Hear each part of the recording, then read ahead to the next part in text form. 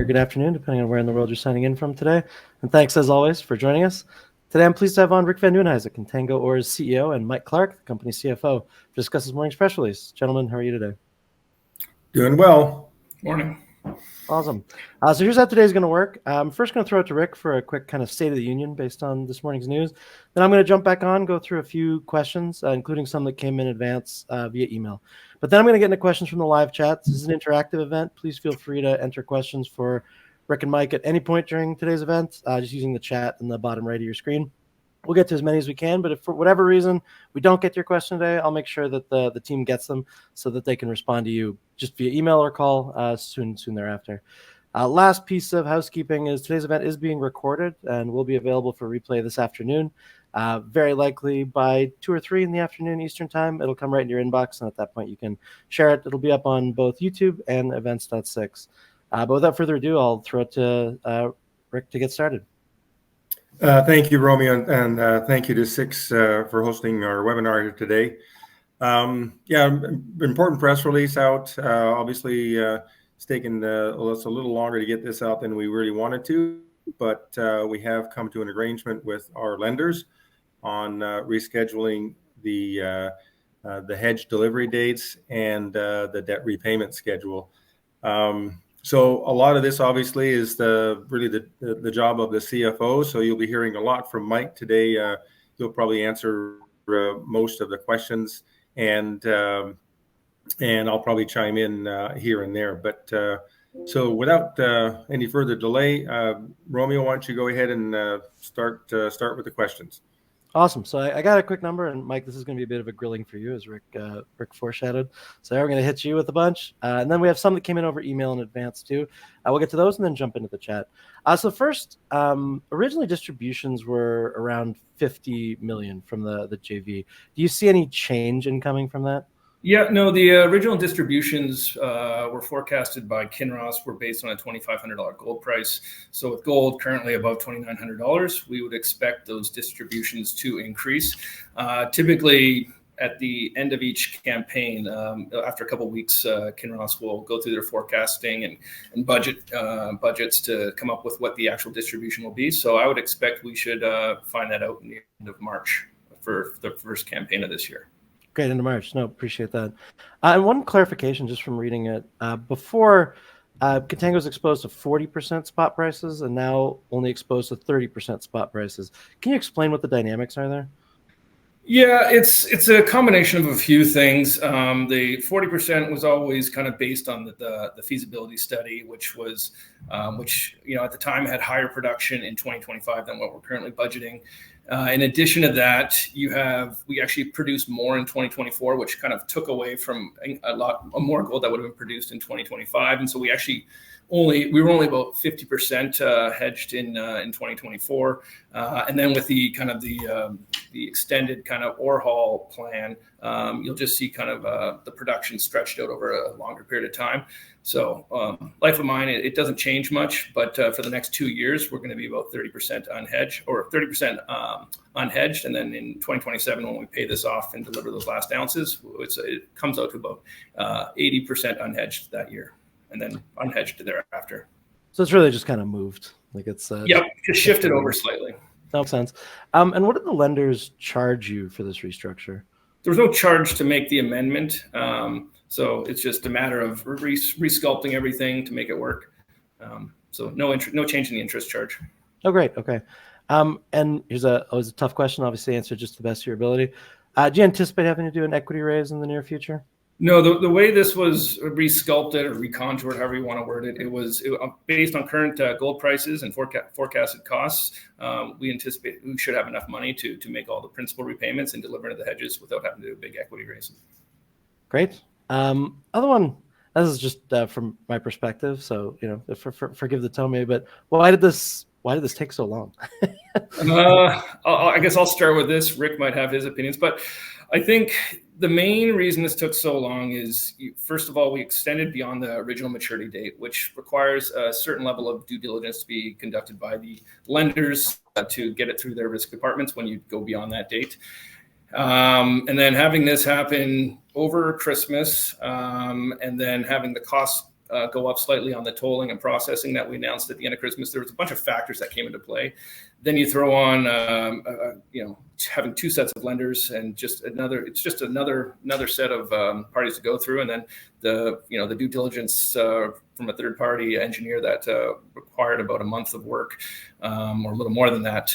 Just all those factors just ended up taking, the better part of 2 months. And then finally documenting is you think it'd be simple to stretch, to change your principal repayments and your hedges slightly. There's still a fair amount of documenting to be done and thought to go into it, just to make sure you're not going offside with your covenants or anything like that, which, we're in compliance on. But that took a little more than we anticipated. And, originally our goal was the end of January, and we're 2 weeks into February. So it could have been worse, but we finally got there. Rick, anything to add to that? Yeah, I just say, working with two bankers, they don't, they're not 100% aligned on everything, so that they're one's a Dutch bank, one's an Australian bank, so they just view things differently, and that certainly was part of the factor, and it's probably something we didn't really anticipate, because we kind of view it as one aspect of debt repayment and delivering to the hedges. So definitely took longer than we all anticipated, but I think very happy with the result we have. It does basically just spread the hedge delivery out over another 6 months essentially. But we're, as Mike pointed out, we're in 2027, which is a very strong year for gold production. We're only 80% unhedged, or only 20% hedged, I guess. We'll say it that way. Yeah. Sure, that makes sense. And I got one big question for what this means for this year. Is this restructure going to allow you to do any work this year on Lucky Shot and Johnson Tract? Just so we got a bit more info there. I'll start on this, but currently the way we've forecasted and budgeted is we've allocated a couple $1 million to go towards permitting at Johnson Tract, and that's the primary focus right now. Sure. So that's all that's currently allocated. Rick, do you want to add anything to that? Yeah, I'll jump in, because I think the important next step at Johnson Tract specifically is permitting. And so, as you know, last year we permitted the road. We received the 404 permit to construct the road between camp and the future portal site, so we can get underground and do the proper exploration and feasibility level work to get to evaluate the ore body from underground. Again, we do anticipate that this will be an underground mine. But the other set of work that has to be done on permitting is permitting a road down to the coast and permitting a barge landing site. Very good news there is that CIRI received their easements for both the road easement and what's called the port easement at the end of the year, and so now that allows us to go through the formal permitting process. We're getting a programmatic agreement in place, which kind of is a document that just outlines how the permitting will proceed, how the planning stage, the execution stage, and then goes all the way through closures. So it's a very comprehensive document. That's being finalized, and then once that's finalized, we can initiate the formal part of permitting. Again, both the road access down to the coast and the barge landing site. Lucky Shot is already fully permitted, so the next big step we want to take on both projects, and this is given the cash flows that we're anticipating, the next big step we want to take is let's find a home where to process these two great ore bodies. So we are spending a fair bit of time on that, which isn't doesn't cost a lot of money, frankly, but it's a lot of conversations with the existing facilities that with either as is or with some modifications can accommodate both ore bodies. So that's going to be the focus for the year, that and permitting, as we just discussed. Great. No, appreciate that. There's one question from the chat that I'll throw in here before I get to some of the emailed ones. Mike, it's definitely for you, and let me know if you need to drag up some docs, let me know. But it's, what are expected total cash flows to Contango from Manh Choh for 2025 through to 2028? And as additional details, are the cash flows net of taxes and debt amortization? And he says you can use 2,500 or 2,900 spot price to clarify which assumption. So I'm putting you to work here, Mike. I don't have all those numbers in front of me. So basically what we have right now is, we have our detailed mine plan from Kinross for 2025, which is what we're using. Outside of that, all we really have is kind of feasibility study level kind of work. And so for 2025, we published that we the distributions were currently, scheduled to be about $50 million. We think they'll be higher at current prices, assuming they stay there. Those are, pre-tax numbers. And that number does not include kind of your hedge loss when you're delivering these hedges. So there's going to be, $20 to $25 million there probably going to the hedge loss. But from a tax perspective, we do have losses, and so currently we're not forecasting any major taxes in for the next couple of years. Now we're still working through that, and it's not as straightforward as just saying, we have this many losses we can offset, because there's rules on how you apply it, and there's actually only 80% of your losses you can actually apply to your income in the year. So there's always potential for small tax bills at the end of the year, but we're structured in a way that can hopefully offset that with other costs in the company, and we're working on that right now, and it's not something I have answers to. Going forward, we did talk. We've talked about what we expect our free cash flows to be in 27 and 28 in the press release, which was pretty high level and based on $2,500 gold, and I think that was I think it was 80 million and 70 million. For the 2 years, and a lot of that just has to do with the fact that mining costs come way down in those years, and then for 2026, there wasn't too much free cash flow, basically because a lot of the money's going towards the principal and the hedges. So I don't know if I've answered your question clearly or if I missed anything. Rick, do you want to jump in? Yeah, no, I think that kind of covers it. I mean, the big cash flows are going to come in the latter years when you've already mined a lot of the material and you're basically just transporting it. So that's that's just a consequence of the overall mine plan, and that's fairly typical for a mine that has a 5-year mine life. Sure. And Chris, I'll deliver your question exactly as written to the Contango team. So if there are any follow-ups, they can get back to you. But I think that did mostly answer the question. The one thing I'll add, Romeo, is in 27 and 28, we will probably have exhausted our losses at that point. So you could start assuming some taxes. But again, if you're spending money on the other projects that we have, then those costs will go against it. But until we get there, we just don't have those answers. Right. No, makes total sense.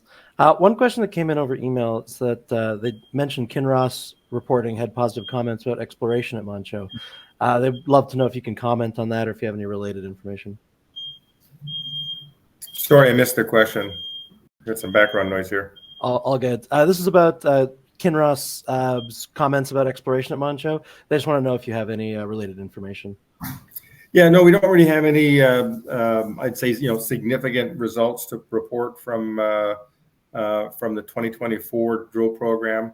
A lot of that work was spent, a lot of that effort was spent on, I'd say, target generation on the rest of the property. There was some drilling done, but it was kind of very targeted, a few holes here, a few holes there on existing targets, what I would say sort of along strike and down dip.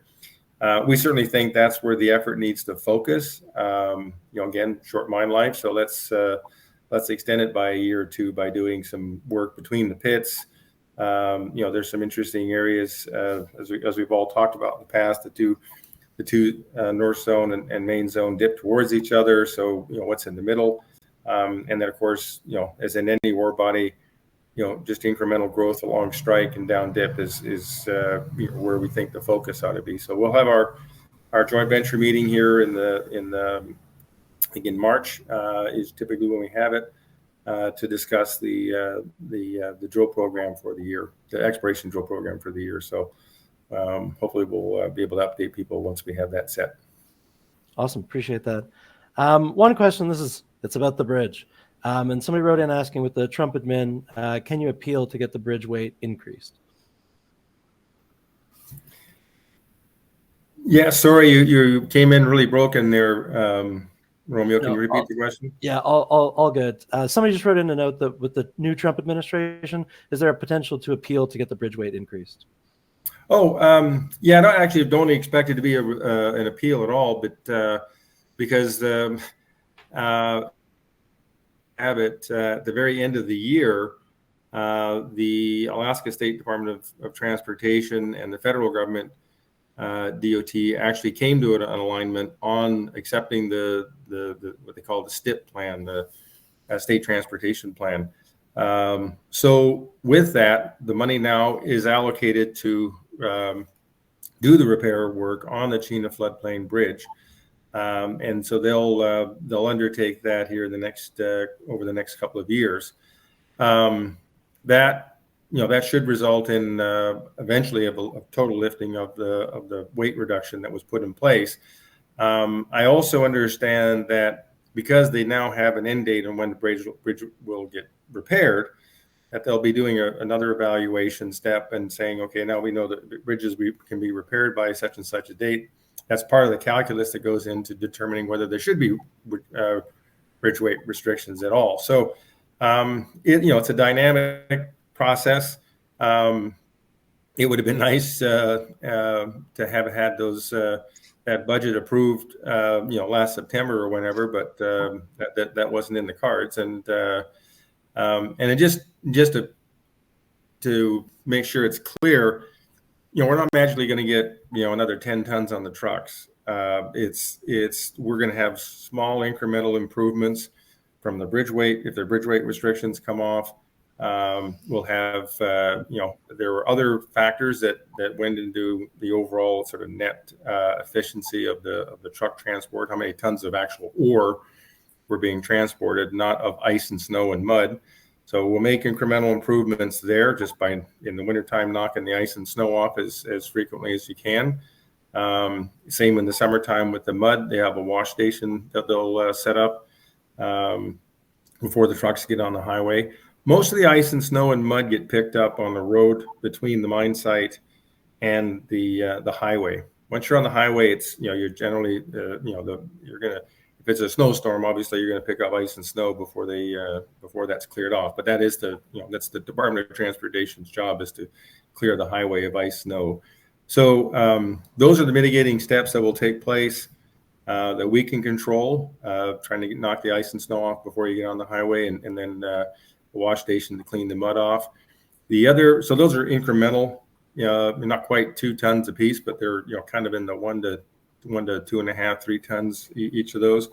And then the other one is moisture content. And obviously in the wintertime, there's no water, so it's all frozen. So the steps that they'll take place this summer is to get proper drainage around the stockpile area and around the bottom part of the pit. I think we lost Rick for a second. Reduce the amount of moisture that you're picking up. So all those are, small incremental steps that you typically do with any mining operation. You find out what the issues are, and then you figure out a plan to address them. And in our case, a lot of the costs are related to the transportation. So the mining is actually going pretty smoothly and pretty much on budget and on schedule. So the focus is on this on the overall transportation plan, making that efficient and cost effective. No, appreciate that update. And Lucian and Paul from the chat, I think that should cover your questions too. But let me know if you have anything specific. Aiden asks, as kind of a corollary to that, what impact, if any, occurs when the bridge is being repaired? So will there be reduced haulage rates if the bridge traffic is slowed or closed for periods of time during repairs? Not anticipating anything. Obviously, traffic will slow down, but that's Alaska. All along the highway, that is pretty typical. What you see, you've got a good 4 month of construction season, 4 or 5 months of construction season. So Alaska highways are Alaska, and people who drive the Alaska highways are used to that. And that was part of the original when we had the original feasibility plan in terms of how many trucks a day and that was factored in, that their road repairs are ongoing, and like I say, it's constant in Alaska. We've got a 4 or 5 month period to fix the roads, and so that's pretty typical. I'll also say that we are, and I think I've talked about this before. There's a self-imposed cap of 60 trucks a day, and we're maintaining that. We're not trying to go above that. That's so that so the effort is really into making getting as close to the 50-ton limit as we can, with working out these efficiencies, and obviously the bridge rate restriction is part of that. So if they relook at the math or relook at the calculus and say, okay, well, we don't need to have that extra bridge rate restriction, then we can take that off. And keep in mind, because there already were bridge weight restrictions in place. This was a further bridge weight restriction that was placed last fall. So Sure. No, it's helpful for people to remember. One question in the chat, Christian just asks, discuss short position. It's a little baffling, so I think we did get a question in email about it as well. So I'd love if you just could speak of and about your shorters. Well, love to hate on the shorters. Obviously, they're betting against the company, and I'd love to squeeze the hell out of them. I think last year was a successful year in terms of gold production. We produced more gold than we said we would. We guided towards between 30 and 35. You take the midpoint, 3250, and we produced 42. So almost 10,000 ounces more than scheduled in plan. So the bridge weight restrictions and the other incremental, I'll call them ore ton losses, we're compared to the feasibility study, we're definitely a hit. I personally think it was an overreaction. I chose to buy shares on that reset price. I think the shorts have it wrong. I think we've got a good mine plan. Kinross is a good operator. They've been in Alaska for 25 years. We hear they're shutting the road down. They're going to take the bridge out, or there's no other way to get there. None of that's true, and this is one of the main arterial highways to get everything into Alaska. And I'm talking about food and fuel. So there's no way that road is going to get shut down. It's a very important highway for Alaska. And I think as long as we're operating under legal loads and legal truck drivers and all that, I think we're in good shape. Mike, I don't know if you have anything to add there. No, I think that was good. Nothing to add. Good. Mike, I got one for you. Just that's towards the top of the hour. I apologize, I missed it. TB just wants to know how much cash is in the bank right now for Contango. Cash in the bank. We just made a principal repayment at the end of January for about 14 million. I think we finished the year around 20. So I think our cash today is a little over $3.5 million today. And so this is probably the tighter part of the year. But we expect our distribution at the end of March, which will get our cash higher up there. And I think our first three batches, or first three campaigns, are much bigger than the fourth campaign for this year. So the majority of the distributions are going to be front end loaded. Great. Christian from the chat asks, what's the timing for production at Johnson Tract in a best and bad case scenario? Yeah, I mean, it's obviously a bit early to get too predictive here. We have I'll say it this way: we have a 5-year plan. I think we're still on target for a 5-year plan to get this into production. Next steps, as we've discussed, I say are twofold: permitting effort on the easement, the road easement, and the port, what we envision as a barge site easement. With the easements in place now with CIRI, and those are easements from the federal government to CIRI for the right of way to construct a road and to build a barge landing site. So that's really on the one side, it's all about permitting right now to stay on track. And then I think the other important thing is, as I mentioned earlier, let's find a mill that can process this ore, and if it can process this ore and Lucky Shot as well, then that's it's kind of a double win. There are some mills out there like that, so we're having those discussions now, and those two things will be the focus for this year, 2025. Great, thank you. PDX Stock Guy from the chat asks, it's got kind of two questions, but I'll throw it in as one. Yes, is the main priority to pay down debt? And if debt is paid off early, can we float the spot gold price? Yeah, I'll take a stab at that, but the two priorities: deliver into the hedges and pay the debt off. And no, so the answer to the question is no. Paying off the debt doesn't free you up for spot price gold. The delivery of the hedges does that. Great, Mike, you want to clarify that maybe?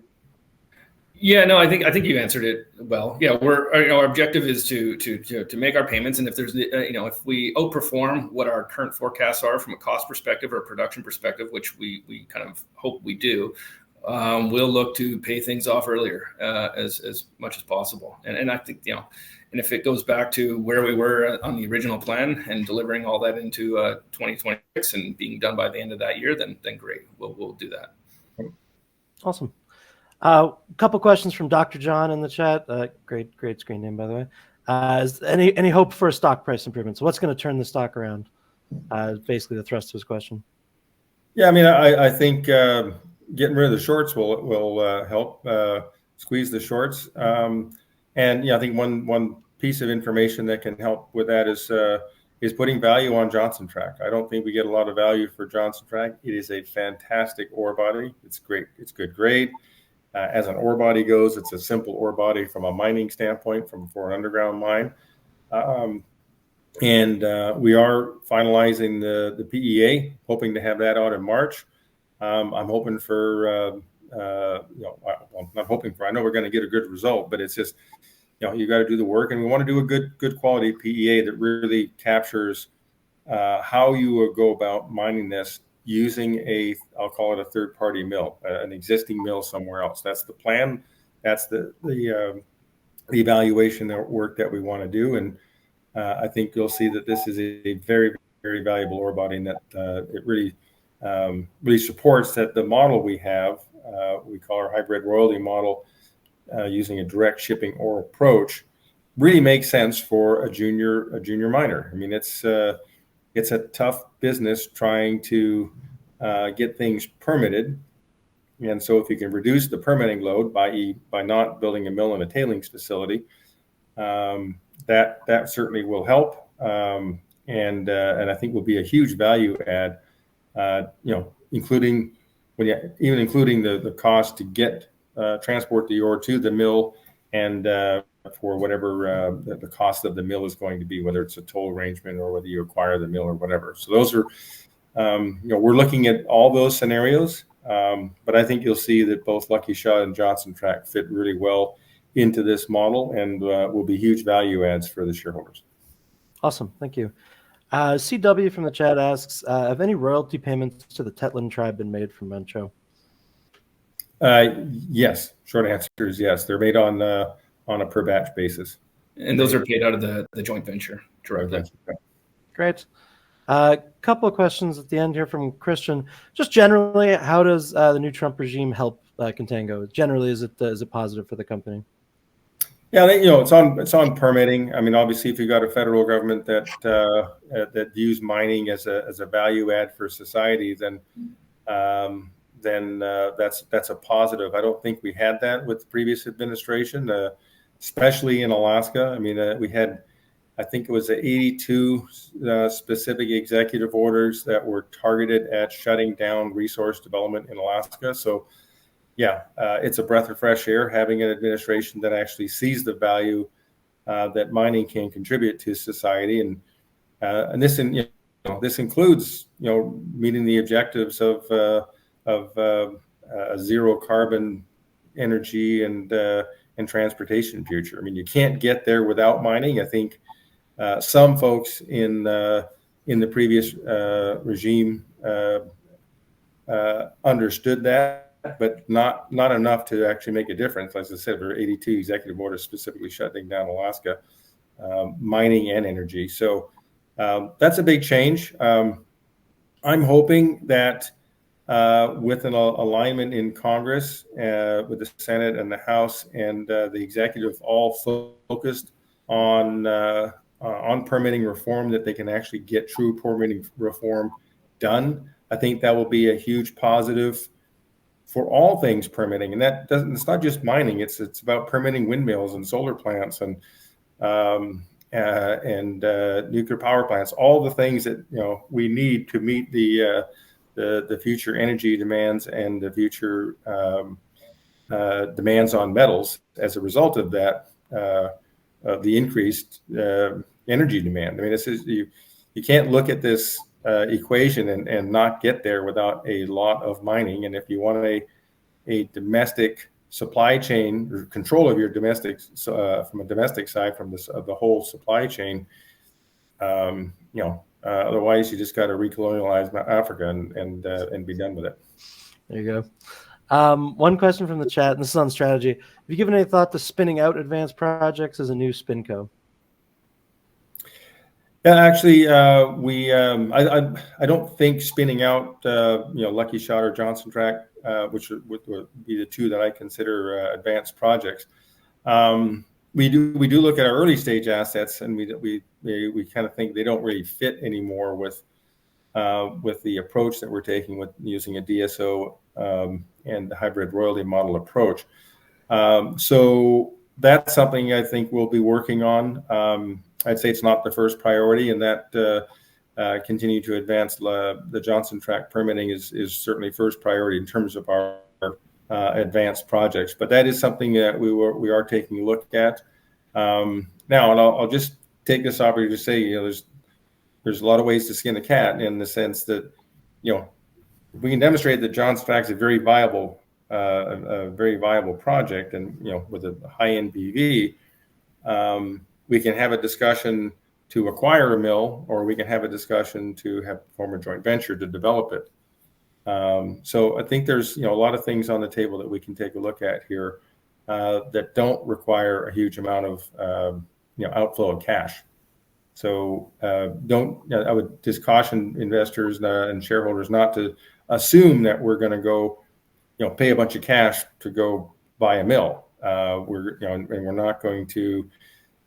not just going to hand over the keys to Johnson Tract. The NPV of the project will demonstrate that it's very viable, and that'll set a milestone for that value. Awesome. I appreciate the insight into strategy. I think that's always helpful. Mike, it looks like the last question is for you. Bevan asks, what is the company's current debt level?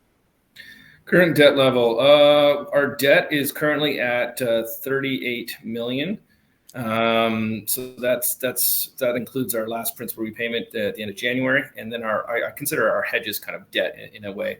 And so we ended up actually buying out our January 31st hedges in December, when gold was down at $2,600. So we bought those 16,000 ounces out early, which I think generated a little over $3 million to us overall, as an overall benefit. And so we bought those out in December, which kind of formed part of the whole formula with the restructure.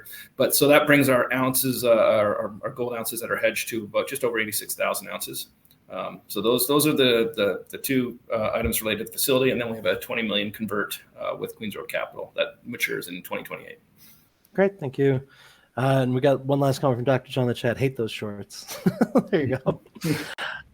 Gentlemen, thank you so much. I think this was great, and there are a lot of really good questions. I think we got to them all, but I will send the full transcript over. So just in case we missed anything, please do reach out, and we'll make sure that the Contango team gets back to you as soon as possible.